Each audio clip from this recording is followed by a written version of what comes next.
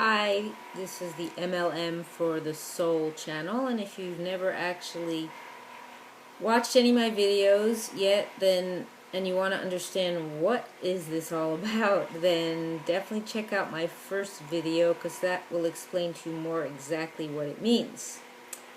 And I first want to say that may the words and expressions of my mouth and the thoughts and meditations of my heart be accepted and find favor before you, Hashem.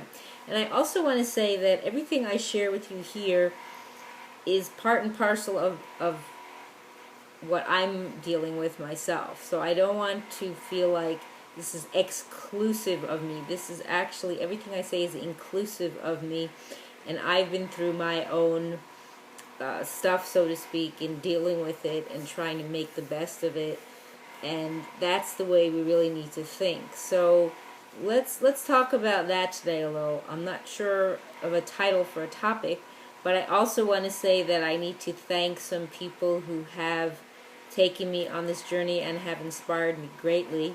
And they are Rabbi Shalom Arush, Rabbi Lazer Brody, Rabbi Yosef Mizrahi, Rabbi Eli Mansour. And I will have links to their sites below this video. So what we think really creates who we are. So, and also what we say. So when you have thoughts and you put them in your head and then you believe them, they become part of you. So same thing when you say things. So it is a challenge and we all have to deal with it, but let's try to work on it together to make it better. So the idea is that anytime something comes through to you that maybe you're going to not use a positive word, try to use the positive word. Instead of saying, this isn't what I want, say, this is what I want. It's just like the expression of people say, I rally for peace. I'm not against anything, I'm for something. So meaning you're already turning it around in your head and in your mind, and also when you speak it. So I'm for something. That's a positive way. So you're already bringing that positive energy into your own space. So again, like I say, it is a challenge. So the idea is to try to create that more and more with what you say. Like if you're in a situation that isn't working for you and you talk to Hashem, don't even the word I just said, I don't want to, I'm going to use something else. So I even stopped myself. I slipped up. See, I told you, I'm inclusive in this. So the idea is to come from the side of light, come from the side of love, come from the side of positive energy and positive influence, and all the positive words you could think of. So then you come to Hashem and say, Hashem, please bring more light into my life. Hashem, please help me understand that everything you do is for the best. So you see, I'm choosing to use the positive, and I'm choosing to say that instead of the opposite. So I'm already creating a different consciousness within myself and the way I ask it. So the idea is you keep the Yetzer Hara out of the picture, the evil inclination, by always coming from the positive side. So there's no chance for him to have any influence. So always thinking that it's coming from the positive side and trying to continually tell yourself that in your brain. It's almost like you have to rewire the connections in your brain to change it to the positive. So I've been doing that when I say my davening and when I say my personal tefillot, my personal prayers to Hashem. I'm working on rewording what I'm saying, and I ask for the positive. And that's the only, because everything, Hashem is good. There's nothing else. Hashem is 100% good, no matter what you think or no matter what you seem to think is happening around you. Of course, we don't understand it, so that's where the issue comes in, because we have a lot of physical that we're dealing with. So the physical is covering up the spiritual that can understand more of what is going on, but not in this world. We can't understand in this world. That's why the The physical is more like it's protecting us because we are not able to comprehend those things. We're not at the level. Everyone's at a certain level. And I think also that the more you think to yourself that everything is for the good and you allow everything else out, you're able to more easily take things in. So for example, like for myself, I know one thing I was going to use as a topic, but I'll include in here, is break down to break through, because this happened to me a while ago. I think it was before Yom Kippur or Rosh Hashanah. I'm not exactly sure which time, but and the word breakdown is of course not the positive, so it's breakthrough. So that's what it led to. What it is I came to a place where I was pouring my heart out to Hashem, and with what was going through, and sharing it with Him, because with Hashem we can share everything. And also, what I'm understanding is that Hashem, there's really no lashon hara, right? Because Hashem knows everything anyway. Hashem already knows what happened. So when you tell Him, but the idea is you can share anything with Him that you're feeling, that you're thinking, that you're needing. So in pouring myself out, it made a breakthrough. It totally just opened things up, because what it is I released that stuff that was not helpful to me, that was not positive to me, that I needed to get out, that I also needed to share with Hashem, that I needed to remove, that was not serving me. So therefore, from that point on, once I started releasing that through my tears and through my prayers, immediately, like, things just started to switch to a different direction. I started to get the insight from Hashem, okay, this is what I need to do, and it's so powerful. So allow yourself to do that. Allow yourself to release. Give yourself the time to do that, and cry if you need to. It's really helpful. It really opens things up for yourself, and the gates of tears in heaven are open, so Hashem listens right away if you cry, if you really cry out to Hashem. That's a really important thing. The other topic I wanted to talk about was, briefly, was another idea I had for a topic on this channel, and I'll just include it here, is Judaism. It's called Judaism or Job.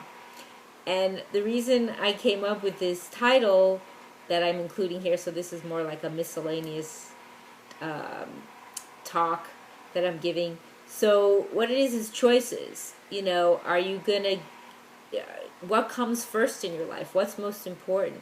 Is your connection to Hashem most important, or that you want to get this job and you may have to actually give in to certain things that are not according to the Torah? So how is that beneficial in the end? It isn't. It's just a temporary thing. Don't forget, this time in this world is temporary. The time that we will have it be unlimited is when our souls are up with Hashem in the heavens. So this is only a temporary place. Things are just going to go away. So the idea is, take that into account. Like, if you say, oh, well, I'm going to move somewhere because I want to be closer to my job, and then by doing that, you're not getting closer to Hashem and closer to the Torah.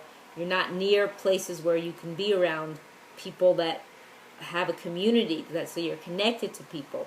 So that's an issue. To me, that's, or money, or you're taking more money for a job, but it's changing your level of your time that you can learn Torah, or changing the level of that you're not able to do certain things because there's a challenge that the time doesn't allow for it. So that's something to consider, that what is primary in your life, what do you think is most important? And that's really crucial, because a lot of times, like myself, I grew up a certain way, and then things kind of shifted. I talked about this in another video, or in a couple other videos about different things that shifted for me. And then to finally come to a place of realization, everyone comes at a different point. And I could, beat myself down and say, I wish. This is what Hashem wanted. So I say, Hashem is good all he does is good. And you have to keep telling yourself that, and you have to keep knowing that. Now, whatever it is, to accept it with joy. You're accepting what Hashem's giving you. And that's the blessing. The blessing is accepting everything with joy. Because Hashem only wants the good for us and nothing else. And so that's something to consider. Weigh your options. Don't give in if it means that you're gonna not be able to walk to Beit Knesset, to the synagogue on Shabbat. If you're not gonna be able to go to classes, make sure that you have your priorities straight. Again, we all go through phases in life. We all have things that we think are right, and we don't want anyone to tell us what to do. I've been there, done that. We want to find it on our own, and I did that myself. And now I'm at a place where I'm trying to find that circle of people who I resonate with, and that we can connect with, and that we can grow in our studying and learning of Torah, and also in our getting closer to Hashem, which is the ultimate. That's what we want. We want to get to that level.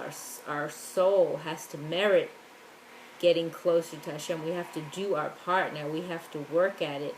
There's no free ride. It costs a lot. It's a lot of time and effort.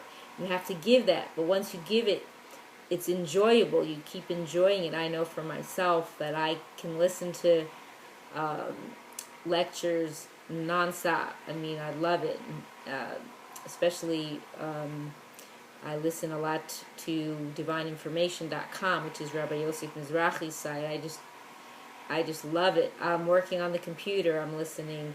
I'm exercising. I'm listening as much as I can all day long, if I can.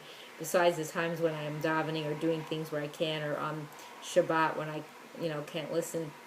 But then I can read other books about, Emunah and Shabbat, and doing things to continually elevate my soul. That's the purpose for us, is to elevate our souls and to bring the spiritual into this physical world, bring the Kedusha, the holiness of Hashem, and share that with other people, and let them know that this world can be a holy place if we bring the spirituality in. It's like when you're making a pot of soup and it's missing something. It's missing something. It doesn't have the perfect ingredients. There's still something. I don't know what it needs, but that's what it is, that energy for me. And that's like love, for example, with food. When you put in that energy, that good, loving energy, that's the best ingredient. So the best ingredient we could do is to create more holiness, create more spirituality. And with everybody coming together and doing all this, we should merit to live and to see the coming of Mashiach, b'mheira v'yameinu. Amen. Thanks for watching.